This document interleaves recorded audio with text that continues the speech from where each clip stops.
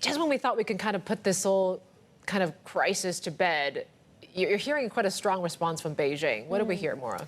I mean, even though sort of accusations around more balloons seem to have halted, the actual sort of geopolitical fallout and quite how both the US and Beijing are going to manage this publicly still seems to be rolling on. On the China side, we did have this comment that it was sort of reserved the right to potentially respond in terms of reacting to US entities. Now, that reference to US entities may have sort of sparked the ears of some investors. That's not particularly common. And we haven't seen that throughout their responses so far in regards to this. Worth remembering, China has made similar remarks in the past, in 2019 and so on, and we haven't yet seen formal sanctions kind of enforced, or at least particularly not broadly as well. So sort of remain cautious on whether we truly see something emerge there.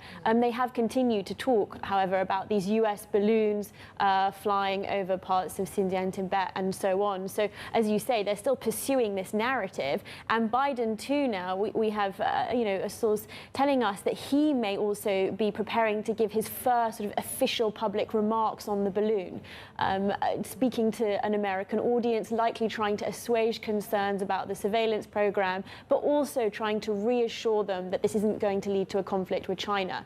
But nonetheless, both Beijing and DC continuing to perpetuate and figure out their response to this narrative. And then you have this news, our reporting of ASML and some data that was stolen. What do we know about this data and how sensitive it is? And could this kind of rile up tensions further? Absolutely. So we've learned that ASML has launched an investigation into this. It seems that it's about targeting technology rather than specifically a theft of hardware itself. And it was taken place by a China-based employee. Now, it's the second time we've seen an incident like this in less than a year. And of course, I think for the bigger picture, the question is how this affects geopolitics and whether coming at this time where there's already so much focus and concern around the balloon and the US and China are still trying to formulate their longer term response, whether that throws something of a wrench in, say, for example, this potential meeting between Antony Blinken and his Chinese counterpart Wang Yi when they go to this Munich security conference later this week. We also have a key advisor on China to President Biden that's set to depart the White House.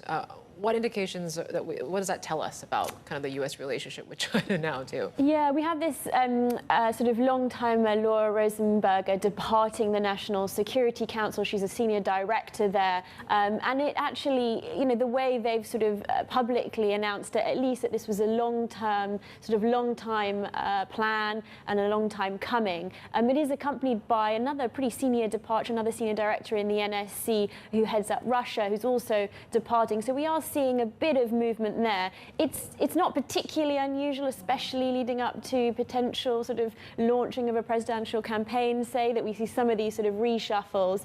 But clearly, this is a moment for the Biden administration in particular to be really thinking about what kind of agenda they're going to be setting forward for the next few years.